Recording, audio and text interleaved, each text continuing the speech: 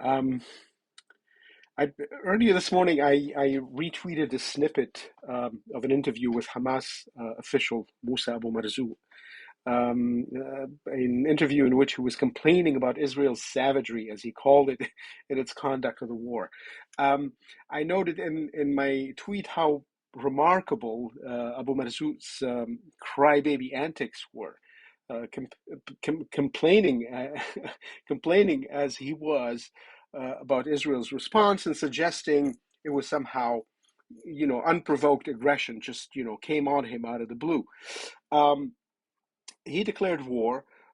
He should have known that war is not a walk in the park. It's not hitting a superior enemy and then going complaining to mommy, he hit me back very hard. He shouldn't hit me this hard. As it happens, I'm also reading a volume of a collection of interviews with Sadik Jalal al-Azm.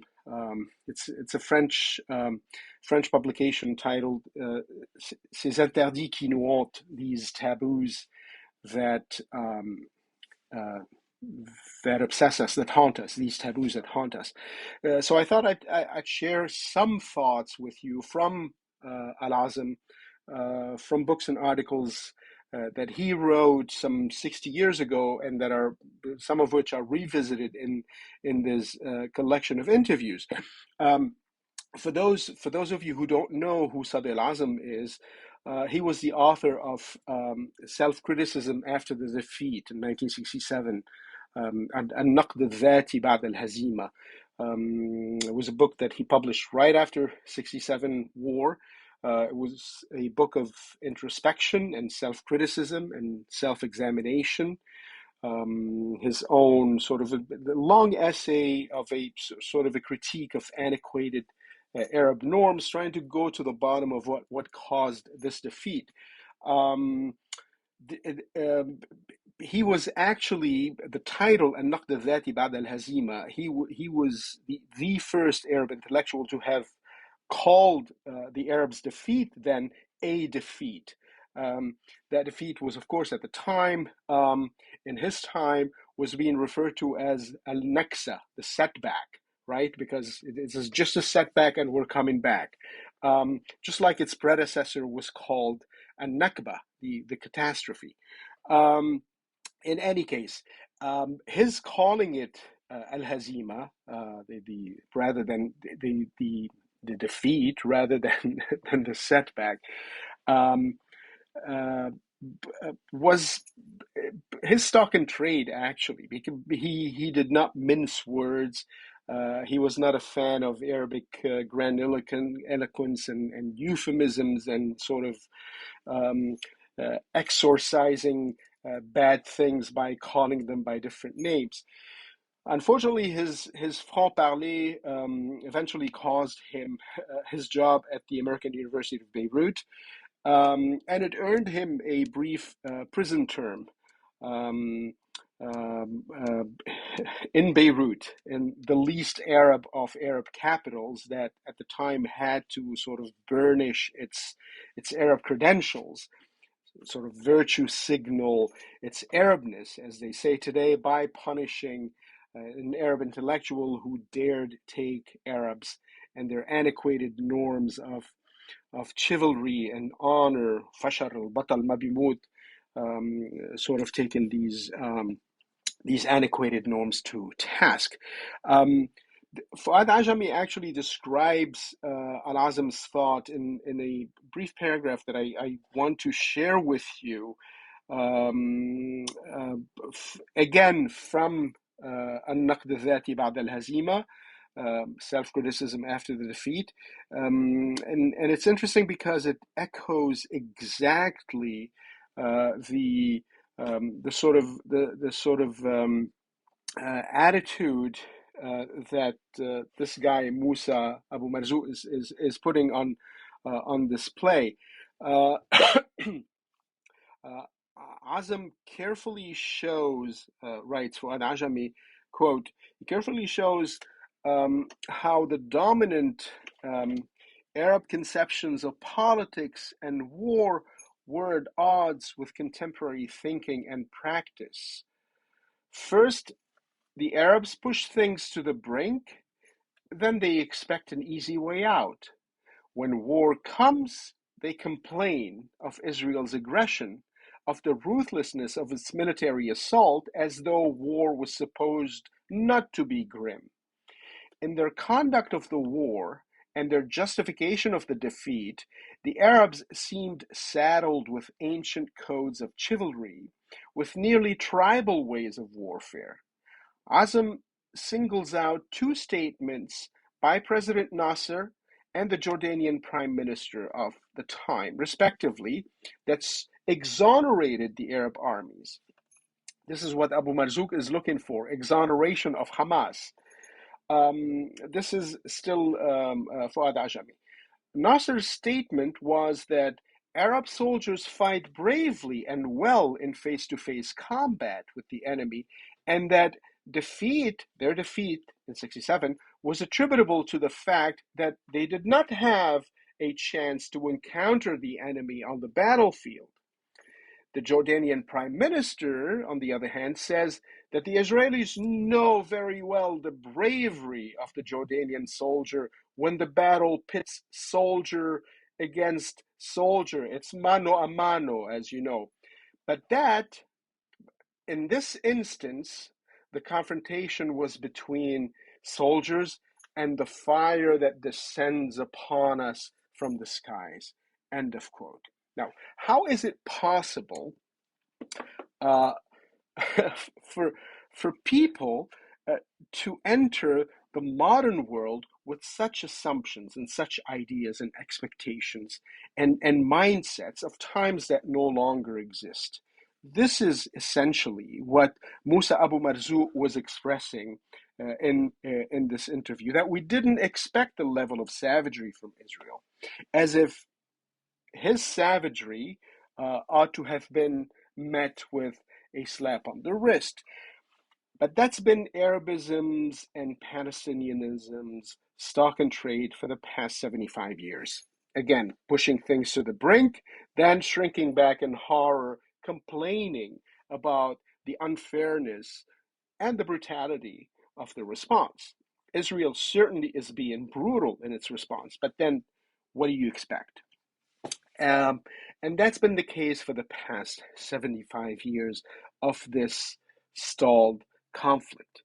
In a phrase attributed to Israeli former Foreign Minister Abba Eban, the Palestinians never miss an opportunity to miss an opportunity.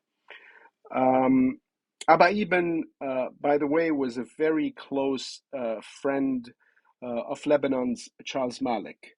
After they co-authored the United Nations Universal Declaration of Human Rights in 1947, I think, the two of them remained on very friendly collegial terms, and they maintained a long-time friendly correspondence. This was a time during which Lebanon did not have a Jewish problem. This was a time when the word Yahud was not an insult, or Yahudi was not an insult. Nowadays, if somebody wants to insult me on social media, they send me private messages calling me Yahudi, as if calling me a Jew insults me. It doesn't. So bring it on. Um, so this friendship between Ibn and Malik dates back to a time when Lebanon still had a thriving Jewish community, when Lebanon was dealing with its southern neighbor and having officious relations with Israel, and when that was not considered treason. When it was a time when, not being at war with Israel and continuing to adhere to the 1949 armistice agreement was not considered treason, but raison d'etat. This was a time when Lebanon was still a sovereign republic with sovereign prerogatives and a mastery of its borders and its international relations. This was a time when, even before the establishment of the state of Israel during the Yishuv times, when Jews from the Yishuv secular, socialist, non-religious, unversed in biblical formation Jews used to come to Lebanon to study Hebrew at the hands of Maronite monks in Maronite monastic schools, where Hebrew continues to be a language taught to this day as part of the monastic formation of Maronite clergy. Um, all this history of Lebanon today, valorizing this history, wishing to excavate it and normalize it and bring it back from oblivion would be considered treason. So me talking about this is treasonous. Um, of course, today the opposite of treason in Lebanon today is subjugating the country to the colonial mercenaries of Hezbollah, who is from Hezbollah's mouth, whose salaries and food and drinks and clothes and weapons and mut'a, temporary marriages, which is to say religiously sanctioned prostitution, uh, and and they say that they're not Phoenicians. All of this is courtesy of Iran. At any rate, going back to Abba Eban's Palestinians never missing an opportunity to miss an opportunity. Um, um, uh, French historian Georges Bensoussan recently reminded us in a very thin volume that he recently published on the origins of the Arab-Israeli conflict. I encourage you to read it if you can find it. It's really, really good. It's very terse, very small, but it explains, the last 150 years of Arab-Israeli conflict. Um, um, so his conclusion and introductions basically is that it is not peace and it is not a state that the Palestinians want. It is no Israel. That there be no Israel. Um, and here's a list of events that he goes through briefly that sort of bring to the fore this idea of what we want is no Israel rather than wanting a state or wanting justice from the injustice that was 1948. He writes that the 1948 war was an Arab war.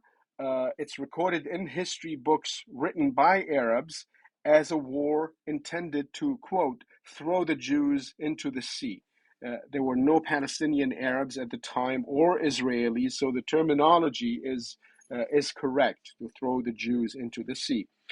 Following the Armistice Agreement of 1949, on December 11th, the UN General Assembly adopted a resolution calling on Arabs, there were no Palestinians yet, and Israelis to negotiate peace.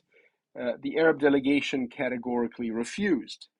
In 1954, Egypt's foreign minister declared that, quote, Arabs aren't embarrassed to confirm that we shall not be satisfied except by the final obliteration of Israel from the map of the Middle East, end of quote. In 1955, Nasser himself confirmed, quote, there will be no peace on Israel's borders because we demand vengeance, and vengeance is Israel's death, end of quote. On October 14th, 1956, Nasser doubles down, quote, our hatred is very strong. There is no sense of talking peace with Israel. There isn't even the smallest place for negotiation, end of quote. The literature is speckled with Nasserisms of this kind. For instance, another one, the sole method we shall apply against Israel is total war, which will result in the extermination of Zionist existence. End of quote. This was confirmed in the Khartoum Three No's, those of you who know it, from August 1967, no to peace with Israel, no to negotiations with Israel, and no to recognition of Israel. So Abba Eban, I think, is on solid historical ground. And so am I, trying to transmit this to you. Ciao.